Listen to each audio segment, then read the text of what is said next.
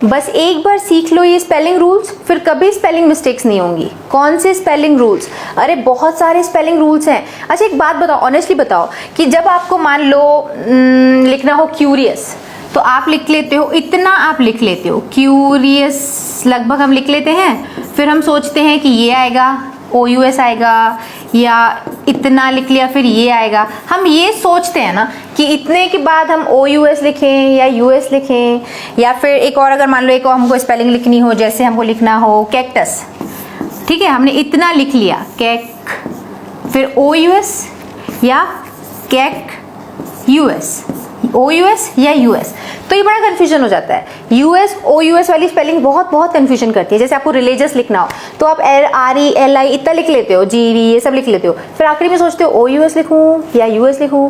तो इस वीडियो में आपको ऐसे ये वाला रूल जानने के लिए मिल जाएगा, और ऐसे बहुत सारे इंटरेस्टिंग रूल जानने के लिए मिलेंगे।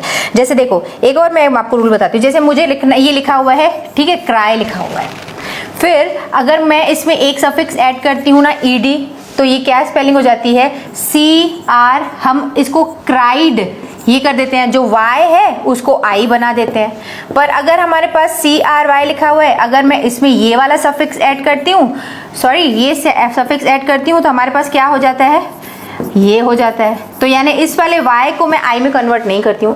तो ऐसे छोटी छोटी चीज़ें जो आपको जाननी चाहिए इस वीडियो में जानने के लिए मिलेंगी। हेलो एवरीवन, मैं हूँ सोनम, इन्फॉर्मेशन सेंटर में आप सभी का स्वागत है। तो चलिए वीडियो में आगे बढ़ते हैं और जानते हैं कुछ बहुत इंटरेस्टिंग स्पेलिंग रूल्स, यानी ऐसे डेली लाइफ वाले जिनमें गलतियाँ हो ही जाती हैं। और स्पेलिंग रूल्स ना आपके अच्छे होने चाहिए। कहीं लिखना हो, ईमेल लिखना हो, दोस्तों को चैटिंग करनी हो, कुछ भी करना हो, नहीं बनती है ना स्पेलिंग्स, तो बड़ा खराब इंप्रेशन पड़ता है सामने वाले पे। तो देखो पहला रूल क्या है। सबसे पहला रूल है कि किस स्पेलिंग में I जो है, Y जो है I में बदल जाता है, ठीक है। तो क्या रूल है, अगर मैं पेन का कलर बदल देती हूँ, देखो अगर किसी शब्द, किसी वर्ड के लास्ट में Y आ रहा है, ठीक है, और उससे पहले एक कॉन्सोनेंट है, Y के पहले कॉन्सोनेंट है। अब कॉन्सोनेंट क्या होते हैं इंग्लिश अल्फाबेट में? AEIOU, ये जो 5 लेटर्स होते हैं ये वाउल्स या वॉवल्स कहलाते हैं, और बाकी के जितने भी अल्फाबेट होते हैं ना वो कहलाते हैं कॉन्सोनेंट। तो अगर किसी भी स्पेलिंग में लास्ट का जो लेटर है वो Y है, और Y के ठीक पहले एक कॉन्सोनेंट आता है, तो उसके बाद हम कोई भी एंडिंग या सफिक्स जब ऐड करते हैं ना, तो Y की जगह I हो जाता है। कैसे? CRY, Y है, उसके पहले एक कॉन्सोनेंट आया, इसमें जब हमने एक सफिक्स ऐड किया तो Y को हमने क्या बना दिया, I। क्लियर? ट्राई है, इसमें Y है, ठीक है, उसके पहले क्या आया, एक कॉन्सोनेंट। जब हमने इसमें AL ऐड किया तो Y को हमने I बना दिया। किसी भी स्पेलिंग में लास्ट लेटर अगर Y है, उसके एक पहले, ठीक पहले कॉन्सोनेंट है, तो जब भी हम उसमें कोई सफिक्स ऐड करेंगे तो सिंपली Y को आप I बना दो, ठीक। जैसे वेरी है, इसमें OUS लिखा है, हमें ऐड करना है वे, ये, तो जब ये लास्ट Y है, इसके पहले कॉन्सोनेंट है, तो OUS लगाएंगे तो ये बन जाएगा वेरियस। ब्यूटीफुल, ये Y के पहले कॉन्सोनेंट ये ऐड किया तो ये जो Y है वो I बन गया। सिमिलरली लेजी में ये बन गया, हरी में ये बन गया। ये क्यों? क्योंकि Y के ठीक पहले एक एक कॉन्सोनेंट आया हुआ है। बहुत सिंपल रूल है ना, डिफिकल्ट तो नहीं है, इजी है। हैप्पीनेस में Y के पहले एक कॉन्सोनेंट आया है, नेस ऐड किया, Y जो है वो I में बन गया। क्लाउडीनेस, ठीक। Reliable, 30th, easier, happily. Easy rule, कुछ खास नहीं है। और इसका ठीक जस्ट ऑपोजिट, अगर किसी भी स्पेलिंग के में Y के ठीक पहले अगर एक क्या आता है, कॉन्सोनेंट नहीं आता, एक वॉवेल आता है, तो आप जब भी कोई इसमें सफिक्स ऐड करोगे ना तो Y जो है वो नहीं बदलता।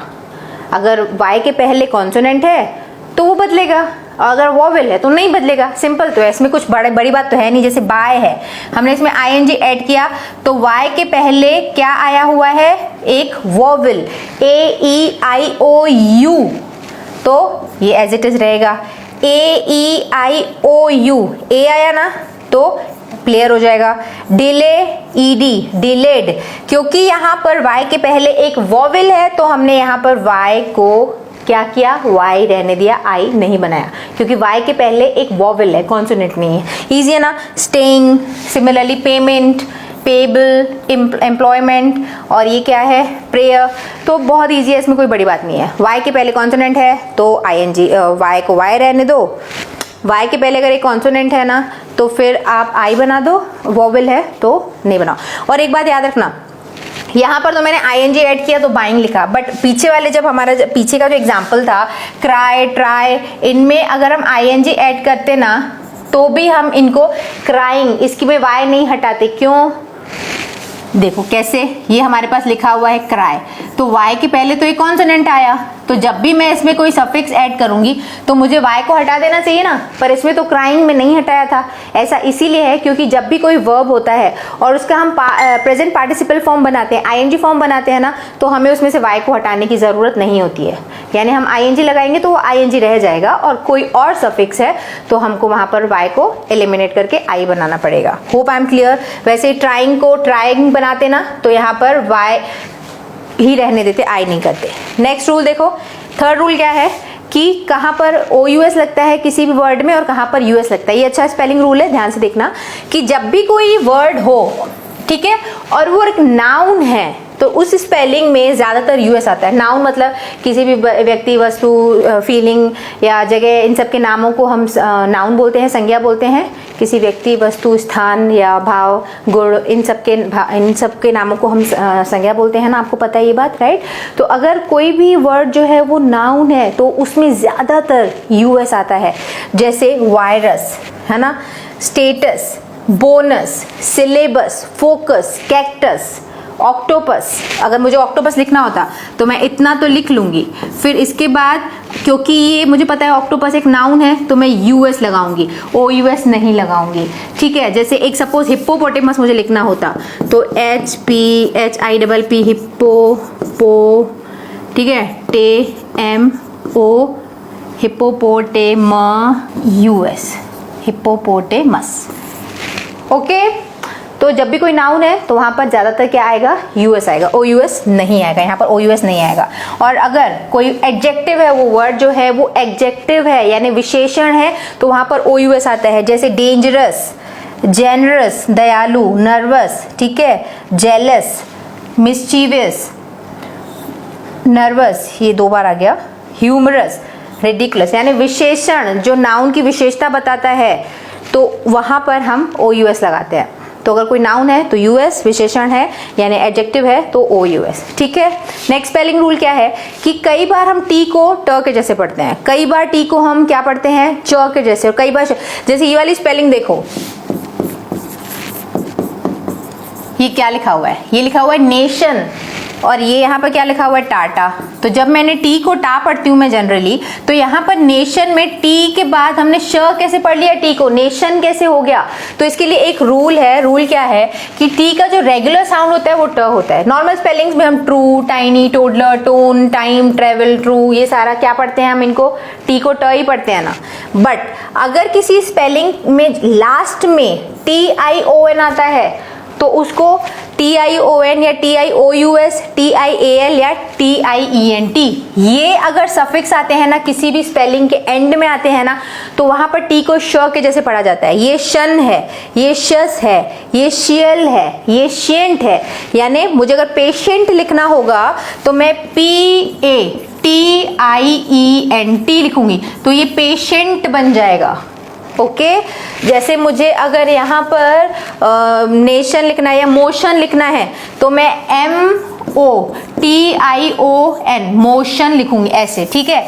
तो यहाँ पर क्या हुआ, इसका मतलब कि TION, TIOS, ये जो सफिक्स है ये टी को श बना देते हैं। जैसे कॉशन, नेशन, ठीक है, conscious, nutritious, partial, martial, quotient, patient. तो ये सफिक्स आपको याद करने पड़ेंगे जहां पर टी को श पढ़ा जाता है, चाहे अगर आप प्रोनाउंसिएशन रूल सीख रहे हो, और अगर लिखना है तो भी आपको ये सेट ऑफ सफिक्स लिख के याद करना पड़ेगा, क्योंकि तभी अगर आपको पता है TION शन होता है तभी आप नेशन, मोशन, इमोशन, इलेक्शन, ऐसे सारी स्पेलिंग्स लिख पाओगे। ओके, और जिस भी स्पेलिंग के एंड में TURE आता है या TURY, STION या TUAL, ये सारे जो सेट ऑफ वर्ड्स है ना यहाँ पर टी च के जैसे पढ़ा जाता है। जैसे चर, चरी, चन, क्वेश्चन, चुअल, एक्चुअल, म्यूचुअल, नेचर, ठीक है, और क्या है, सेंचुरी, ये सारे स्पेलिंग्स देखो आगे। एक्चुअल, कैप्चर, ये चुअल, actual. Question, question. Moisture, capture. Digestion, digestion, ठीक है, डाइजेशन पढ़ते हैं वैसे ये। Furniture, nature, mutual. Century, picture, suggestion, nurture. तो इस तरीके से ये सेट ऑफ सफिक्स आपको याद करना पड़ेगा, तभी आप लिख पाओगे। अगर आपको पता है TURE नेचर TURE चर होता है, तभी आप नेचर और सारे बहुत सारी स्पेलिंग्स होती हैं जो कि अभी मेरे करंटली दिमाग में नहीं आ रही है। मॉइस्चर, फर्नीचर, च वाली स्पेलिंग्स आप लिख सकते हो, ठीक है। नेक्स्ट रूल देखो क्या है। नेक्स्ट रूल है कि ई कब वाई बन जाता है। कई स्पेलिंग्स में ई हट जाता है, वाई को हम कई बार आई बना देते हैं ना, ई वाली एंड से होने वाली स्पेलिंग में, और कई बार ई से जो स्पेलिंग्स एंड होती है उनमें हम वहां वाई बना देते हैं। कैसे? जैसे किसी भी स्पेलिंग के लास्ट में अगर आई ई आ रहा है, क्या आ रहा है? आई ई, तो वहां पर वाई हो तो वाई लगते समय आई ई को वाई में चेंज कर देते हैं। आई ई को तो वाई लगते समय आई ई को वाई में, वाई नहीं ING, यहाँ पे गलत लिखा हुआ है। अगर किसी वर्ब के अंत में IE हो तो ING लगाते समय IE को वाई में चेंज कर देते हैं। जैसे हमारे पास क्या है? डाई, ठीक है, डाई। अगर मुझे उसमें ING ऐड करना है, डाइंग लिखना है ना, तो ये वाई में बन जाएगा। ये क्या हो जाएगा? IEY बन जाएगा, डाइंग हो जाएगी स्पेलिंग। ओके, जैसे लाई है, LIE, स्पेलिंग के लास्ट में IE आ रहा है, जब हम ING लिखेंगे तो IEY बन जाएगा। अनटाई, IE है, ING लगाएंगे तो जो IE है वो Y बन जाएगा, ठीक है। ING भी रहेगा, ये भी रहेगा, IE बस Y बन जाएगा। Y, इसमें ING लगाएंगे तो ये वाइंग बन जाएगा। ये और ये भी आपको बता दूं, मैं ये बहुत सारी स्पेलिंग्स नहीं आती हैं, यानी लिमिटेड ही है ये। जैसे टाई, TIE, अगर मुझे इसमें ING ऐड करना है तो ये क्या बन जाएगा? IEY बन जाएगा, यानी T फिर Y और ING, तो आएगा ही आएगा। तो इस तरीके से जिस भी स्पेलिंग में IE आ रहा है तो उसमें अगर हम ING ऐड करते हैं तो वो IE जो है वो Y बन जाता है। ओके, तो यहाँ तक अभी तक हमने 5 रूल सीख लिए हैं, और ये है 6th एंड लास्ट रूल आज का कि TH, जैसे टी के मल्टीपल प्रोनाउंसिएशंस थे ना, टी को हम श भी पढ़ रहे थे, ट भी पढ़ रहे थे और च भी पढ़ रहे थे, वैसे ही TH जो है उसको हम थ पढ़ते हैं, है ना, थ। पर TH को हम द भी पढ़ते हैं, तो कहाँ पर द, कहाँ पर थ पढ़ते हैं। जैसे हमको पढ़ लिखना, ये मैंने क्या लिखा हुआ है बताओ? ये है फादर, राइट, फादर। और ये क्या लिखा हुआ है बताओ? थिंक। तो ये TH यहाँ पर थ है और यहाँ पर TH द है, तो कहाँ पर क्या है? जब देखो रूल क्या है, TH के बाद E लेटर के आने पर TH का जो प्रोनाउंसिएशन होता है वो होता है the. THE, the, either, brother, rather, father, other, another, them, they, there, blah blah blah, etcetera etcetera. तो TH के बाद अगर E आता है ना तो वो द पढ़ा जाता है, ठीक। और वैसे ही अगर ई के अलावा कोई भी दूसरा लेटर आता है तो TH थ बन जाता है। जैसे थिंक, लेंथी, थर्सडे, मिथ, कोई नहीं है लेटर तो भी थ ही पढ़ा जाएगा। Growth, throw, earth and thick and so forth. इसमें स्पेलिंग में देखो बहुत सारे एक्सेप्शंस हैं। यहाँ पर TH के बाद E आया हुआ है तो भी इसको हम थिएटर थोड़ी पढ़ते हैं, द थोड़ी पढ़ते हैं। ये थिएटर है ना, थिएटर, पथेटिक, दिस, दैट, ये थेरेपी, दिस दैट तो नॉर्मल है। TH के बाद अगर TH के बाद E आता है तो हम इसको द पढ़ते हैं, वैसे TH के बाद I है तो भी हम इसको द ही पढ़ रहे हैं। ये थेरेपी, पैंथर, ठीक है, थर्मल। तो इस तरीके से कुछ एक्सेप्शंस हैं इस स्पेलिंग में। तो अभी तक मैंने आई थिंक आपको 6 रूल बता दिए हैं और आपको ज़्यादातर रूल समझ में आ गए होंगे। ये वीडियो आपको कैसा लगा आप बताना। इसमें से आज आपने कौन सा नया रूल सीखा और कौन सा रूल आपको बहुत ज़्यादा यूजफुल लगा वो भी आप नीचे कमेंट सेक्शन में मेंशन करिएगा। फिलहाल इस वीडियो को एंड करने का टाइम आ चुका है। आई गेस बहुत सारे रूल्स आपने इस वीडियो से नए सीखे होंगे। अगर वीडियो अच्छा लगा, यूजफुल लगा तो वीडियो को लाइक करिएगा, शेयर करिएगा, चैनल को सब्सक्राइब जरूर करिएगा।